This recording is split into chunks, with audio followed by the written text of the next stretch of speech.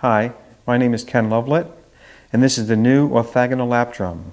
The reason why it's called orthogonal is because the boat-shaped head on the top and the side head, the 5-inch side head, are perpendicular to one another. So orthogonal is another word for perpendicular. There's also a small 2-inch head to the right down here where it's used for high popping sounds and in conjunction with this head or this head. We also have this guiro surface down here, little etchings in the clay surface so that you can have this scratch or ratchet effect here. And lastly, we have a jingles, tambourine jingles, on a little peg that's inserted. You can take it out and you can put finger cymbals on there or small wood blocks. I happen to have a jingle here. The main focus of the lap drum is the concept of being able to change pitch for a drum that's like a talking drum and tabla to some degree. And this is done through the sound portal. All of the sound comes through the sound portal here.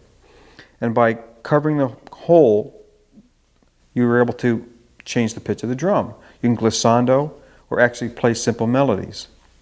On the bottom of the drum, we have this hole in the bottom where a lavalier microphone is inserted into the drum, and it's clipped on to the sound portal, and it faces in this direction. And it's a way of amplifying the drum and to put sound effects on it so that it can be heard in large places. The ribboning or banding around the drum heads is basically decorative, but also serves a purpose as padding so the hand doesn't get tired from hitting the surface.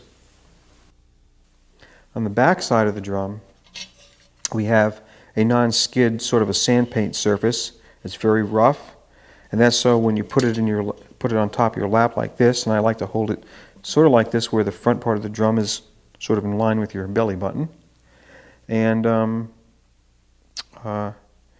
so the drum won't slide out of your lap.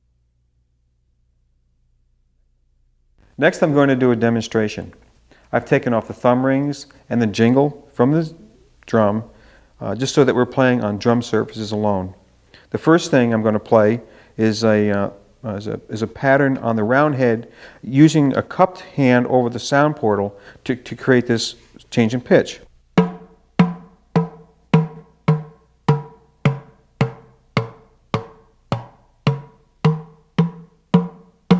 You can do that a little faster. And that gives you a glissando or a change in pitch.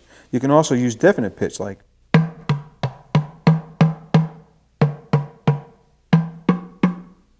little melody there. Also, you can get the udu drum effect by using a flat palm over the drum. And then you can use both of those sounds together.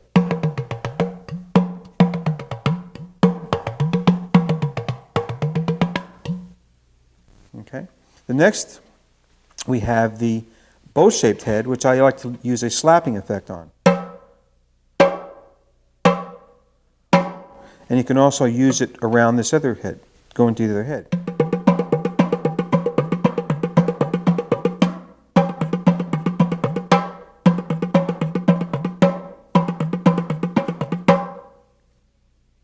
We also have this little 2-inch head here, which you get a nice popping sound.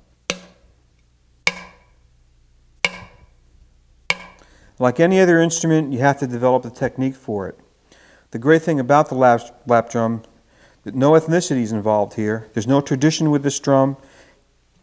So it's open territory as to what you can come up with as well in playing it. You can use all 3 heads at the same time by developing a technique like this.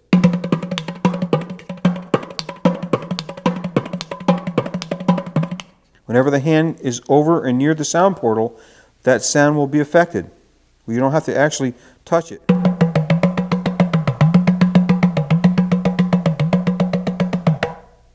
You can also get a rim shot on this head.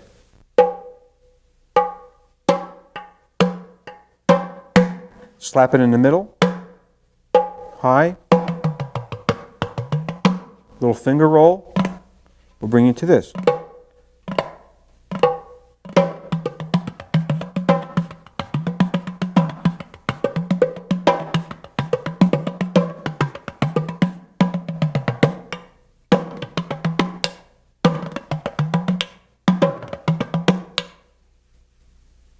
Next, I'd like to demonstrate the lap drum using these thumb rings.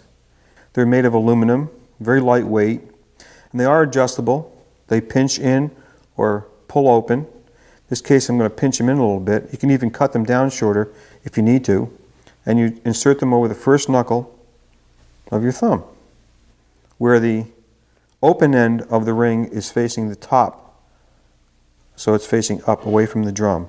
This way you don't tear the head.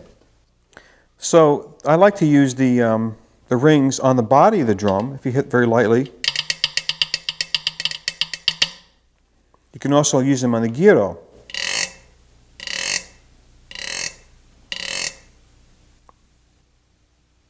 I like to use them on the small little pop head. So you can get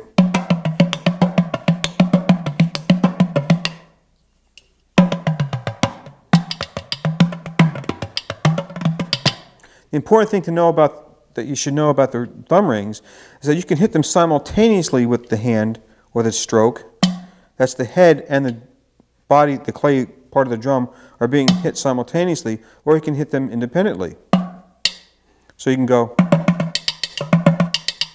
and develop rhythms like that.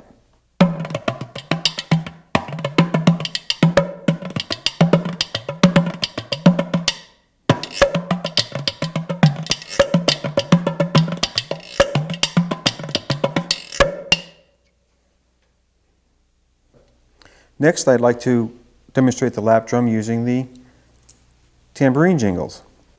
And you peel back the piece of tape, because remember you want to keep all of the small holes that are in the drum completely covered, so all of the sound comes out of the sound portal.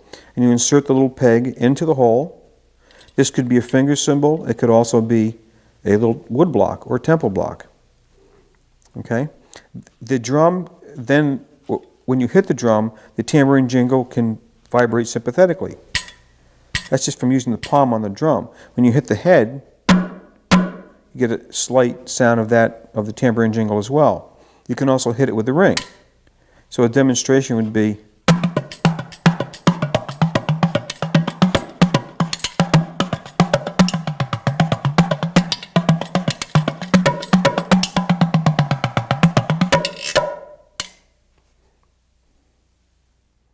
Next, I'd like to do a little composition using the different components of the drum.